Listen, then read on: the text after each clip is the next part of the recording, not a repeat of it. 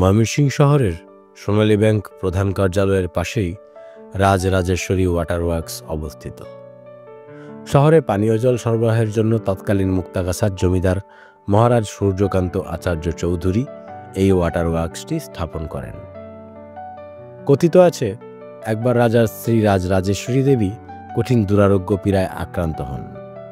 চিকিৎসকরা তাকে পরামর্শ দেন পানীয় জল না খেতে। অবশেষে এই পরামর্শের দরুন পানি না খেতে পেয়ে রাজরাজেশ্বরী দেবীর মৃত্যু হয়।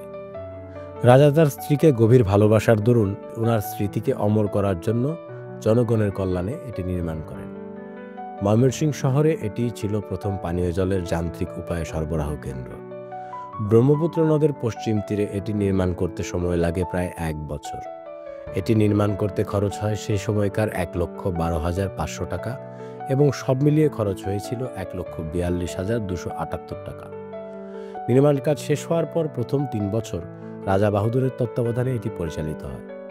পরে 1893 খ্রিস্টাব্দে এই ওয়াটার ওয়ার্কসের দায়িত্ব স্থানান্তর করা হয় ময়মনসিংহ পৌরসভার উপর।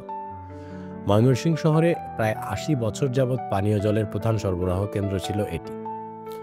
ব্রহ্মপুত্র নদ থেকে পানি তুলে প্রথমে তা বিভিন্ন জলাধারে রাখা হতো। তারপর জলাধারে কয়েকদিন রেখে পানি শোধন করা হতো।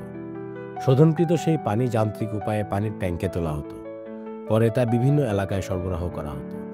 ঐতিহাসিক একটি নিদর্শন হিসেবে দীর্ঘদিন যাবৎ ওয়াটার ওয়ার্কসটি একটি দর্শনীয় বস্তু হিসেবে পরিগণিত হয়ে আসছিল। এটি দেখতে এখানে প্রচুর দর্শনার্থী ভিড় জমাতেন। 1971 খ্রিস্টাব্দে বাংলাদেশ স্বাধীন হবার পর এর প্রয়োজনীয়তা ফুরিয়ে যায়। ময়মনসিংহ শহরে পানি সরবরাহের দায়িত্ব ন্যস্ত হয় জনস্বাস্থ্য প্রকৌশল অধিদপ্তরের 5 জেলা পানি সরবরাহ প্রকল্পের অধীনে।